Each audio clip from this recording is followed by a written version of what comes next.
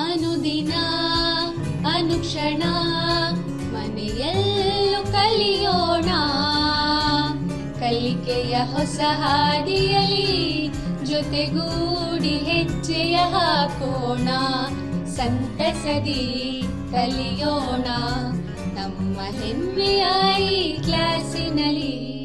Yes sir. Yes teacher. Present ma'am.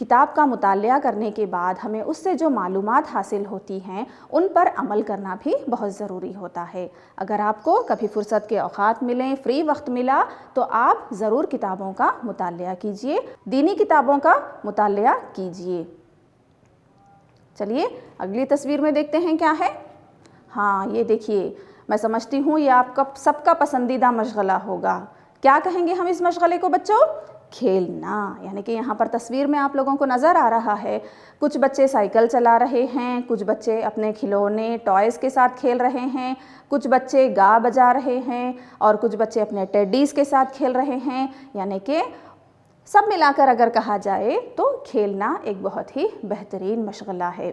کھیلنے سے ہمارا جسم صحت مند رہتا ہے، کھیلنے سے ہمارے جسمانی ورزش ہوتی ہے، ہمارے جسم میں جو بھی فضول مادے پائے جاتے ہیں وہ تمام پسینے کی شکل سے ہمارے جسم سے خارج ہو جاتے ہیں۔ یعنی کہ ہمارا جسم کھیلنے سے چست رہتا ہے۔ یعنی کھیلنا ایک بہت ہی بہترین مشغلہ ہے۔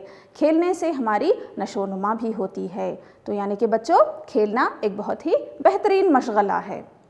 چلیے اگلی تصویر دیکھتے ہیں کیا ہے۔ دیکھیے اس تصویر میں کیا کر رہا ہے یہاں پر بچہ؟ الگ الگ طرح کے پینٹ کو استعمال کر کے کوئی تصویر بنانے کی کوشش کر رہا ہے۔ گھر کی تصویر بنا رہا ہے، پیڑ، آسمان میں بادل، سورج وغیرہ، اس طرح سے تصویر بنانے کی کوشش کر رہا ہے۔ کیا کہیں گے ہم اس مشغلے کو؟ ہاں بالکل، پینٹنگ کرنا۔ یعنی کہ بچوں پینٹنگ کرنا بھی ایک بہت ہی بہترین مشغلہ ہے۔ اب دیکھیے اس تصویر میں کیا نظر آ رہا ہے آپ لوگوں کو؟ ماں اور بیٹی مل کر کیا کام کر رہے ہیں؟ دیکھیے غور کیجئے، آپ کے گھر میں بھی آپ کے امی اور آپ کی بہن وغیرہ کرتے ہوں گے۔ ہاں بالکل صحیح، اس مشغلے کو یا پھر اس کام کو ہم کہیں گے گھر کی صفائی۔ آپ بھی دیکھتے ہوں گے اپنے گھر میں آپ کی امی، آپ کی بہن جب کبھی بھی ان کو فرصت کے اوقات ملتے ہیں تو اس خالی وقت کو وہ لوگ گھر کی صفائی کے کام میں استعمال کرتے ہیں۔ اکثر سنڈے، اتوار یا پھر کبھی تعطیل ہوتی ہے تو اس وقت ہمارے امی یا پھر ہمارے بہن جو بھی ہوتے ہیں اس وقت گھر کی صفائی کرتے ہیں، کیونکہ بچوں گھر کی صفائی کرنا ایک بہت ہی بہترین مشغلہ ہے اور بہت ضروری بھی ہے۔ گھر ہمارا پاک و صاف رہنا بہت ضروری ہے۔ ہم جس گھر میں رہتے ہیں اس گھر کا پاک و صاف ہونا بہت ضروری ہے۔ یعنی صفائی کرنا بھی ایک بہت ہی بہترین مشغلہ ہے۔ اگر آپ کو بھی کبھی فرصت کے اوقات ملیں تو آپ صفائی کے کام میں اپنے امی کا ہاتھ بٹائیے۔ چلیے اب اس تصویر میں دیکھیے کیا نظر آ رہا ہے۔ پچھلی جو تصویر دیکھے تھے ہم اس میں گھر کے اندر کی صفائی کر رہے تھے ماں بیٹی مل کر۔ اب اس تصویر میں کیا نظر آ رہا ہے آپ لوگوں کو؟ کچھ بچے کچرا اٹھا رہے ہیں، کچھ بچے جھاڑ رہے ہیں، کچھ بچہ کچرا نکال کے ڈسٹ بن میں ڈال رہے ہیں۔ کیا نظر آ رہا ہے آپ لوگوں کو اس میں؟ ہاں بالکل، پچھلی جو تصویر تھی اس میں گھر کے اندر کی صفائی ہو رہی تھی۔ اب اس تصویر میں ہم جو دیکھ رہے ہیں نظارہ، اس میں ماحول کی صفائی ہو رہی ہے۔ یعنی ہمارے گھر کے اطراف یا پھر ہمارے ماحول کی صفائی ہو رہی ہے۔ جب گھر کی صفائی کرنا ضروری ہے تو لازمی بات ہے کہ ماحول کی صفائی بھی کرنا بہت ضروری ہے۔ یعنی کہ بچوں ماحول کی صفائی یا پھر ارد گرد کی صفائی، یعنی کہ آج ہم آپ کی جماعت چہارم سے اردو کی درسی کتاب سے جو سبق پڑھنے جا رہے ہیں اس کا نام ہے ارد گرد کی صفائی۔ کیا ہے بچوں ہمارے سبق کا نام؟ ارد گرد کی صفائی۔ چلیے یہاں پر ارد گرد کی صفائی سے متعلق ایک چھوٹا سا ویڈیو ہم دیکھیں گے، اس کے بعد آگے بڑھیں گے۔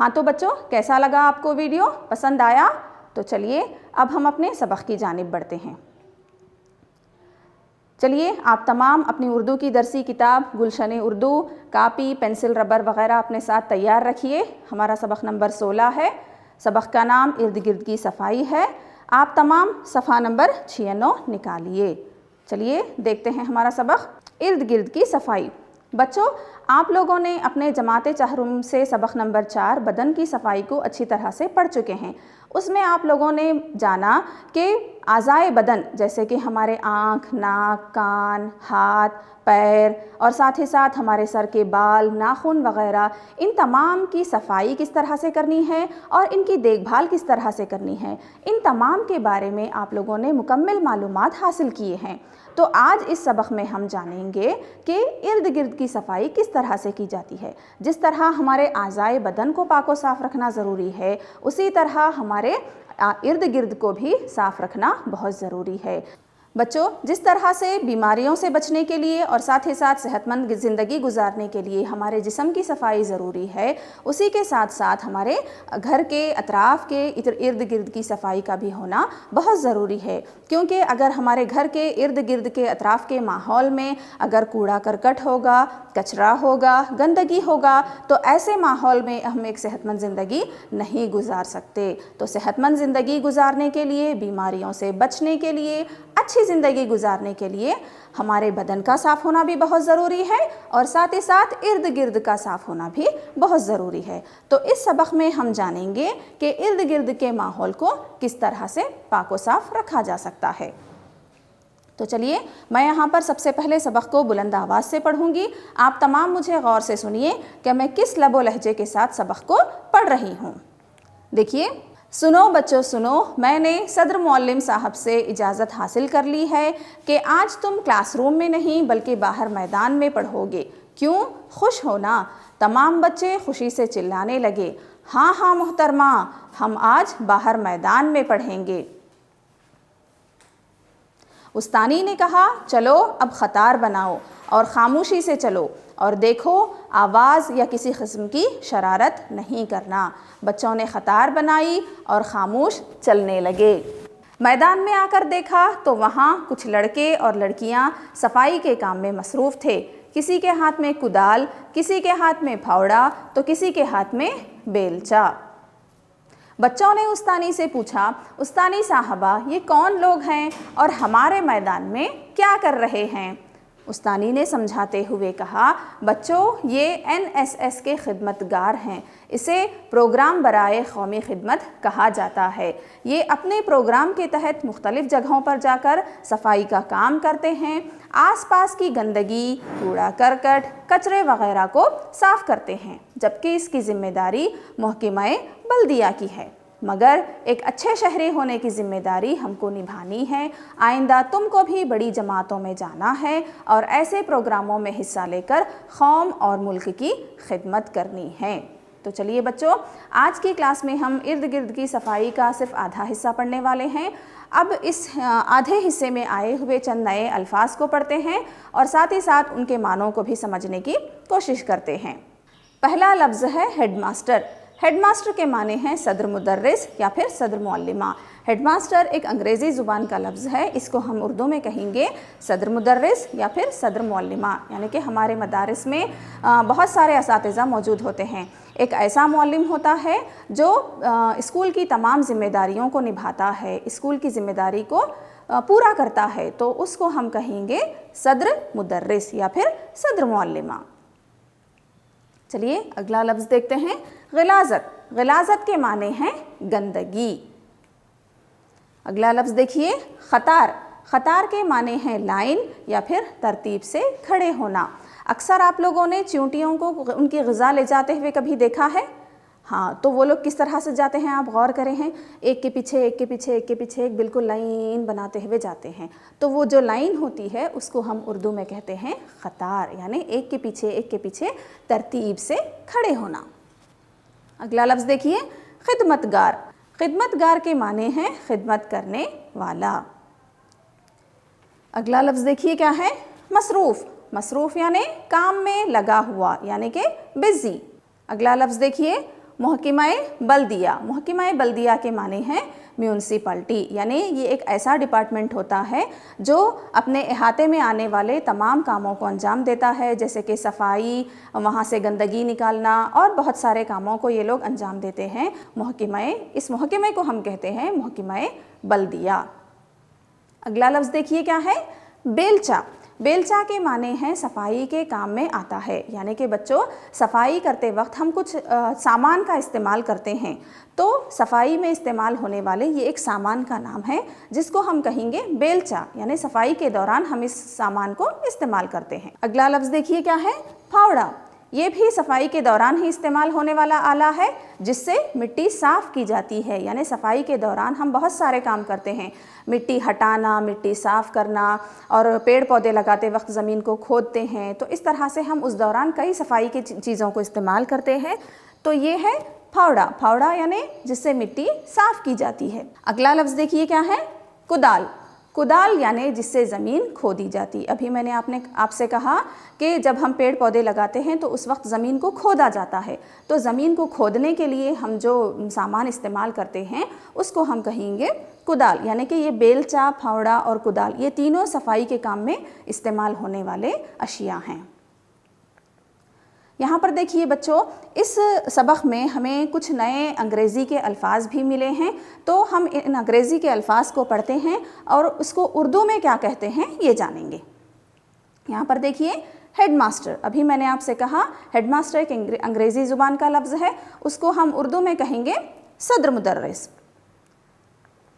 اگلا لفظ دیکھیے کلاس روم. کلاس روم ایک انگریزی زبان کا لفظ ہے، اس کو ہم اردو میں کہیں گے کمرہ جماعت، یعنی ایسا کمرہ جہاں پر بیٹھ کر ہم تعلیم حاصل کرتے ہیں ہمارے مدرسے میں، اس کمرے کو کہتے ہیں کمرہ جماعت. دیکھیے میونسپلٹی. میونسپلٹی کا اردو میں لفظ ہے محکمہ بلدیہ.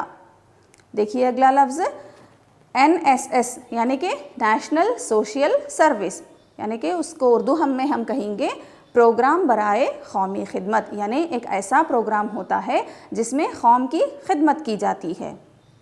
اگلا لفظ دیکھیے لائن. لائن کو ہم اردو میں کہیں گے قطار. اکثر ہم لائن لفظ ہی استعمال کرتے ہیں، لیکن لائن ایک انگریزی زبان کا لفظ ہے، اس کا اردو میں لفظ ہے قطار. تو چلیے ان تمام اردو کے الفاظ معنی اور ساتھ ہی ساتھ انگلش اور اس کے معنی، ان تمام الفاظ کو استعمال کرتے ہوئے ہم سبق کو مکمل طریقے سے سمجھنے کی کوشش کرتے ہیں.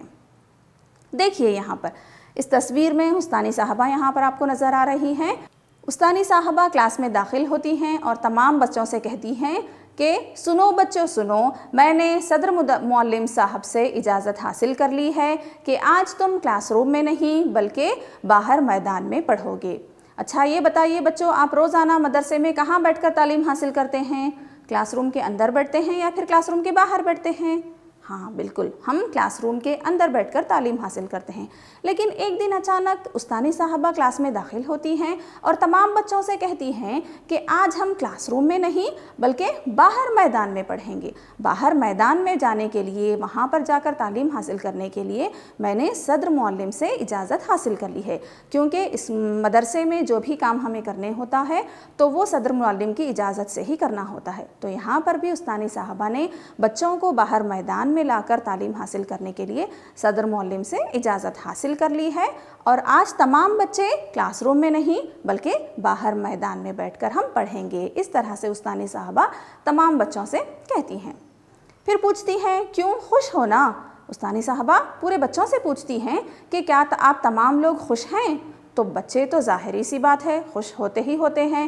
روزانہ کلاس روم میں بیٹھ کر تعلیم حاصل کرنا یہ تو ہمارا روزانہ کا کام ہے، لیکن آج ایک نیا کام ہم کر رہے ہیں تو تمام بچے یہ جان کر خوش ہو جاتے ہیں کہ، اور تمام بچے خوشی سے چلانے لگتے ہیں کہ ہاں ہاں محترمہ، آج ہم باہر میدان میں پڑھنے کے لیے تیار ہیں. ہرے، بلکہ تمام بچے وہاں پر چلانے لگتے ہیں خوشی سے. چلیے اب دیکھیے آگے کیا کہا جا رہا ہے.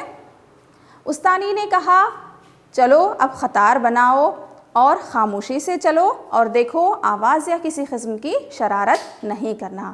تو یہاں پر استانی صاحبہ تمام بچوں کو یہ ہدایت دیتی ہیں کہ کلاس روم سے جب ہم باہر جاتے ہیں تو قطار بنا کر باہر جانا چاہیے. قطار یعنی لائن، جس طرح سے آپ لوگوں کو تصویر میں نظر آ رہا ہے، بچے تمام ایک کے پیچھے ایک بالکل سیدھے طریقے سے باہر جا رہے ہیں.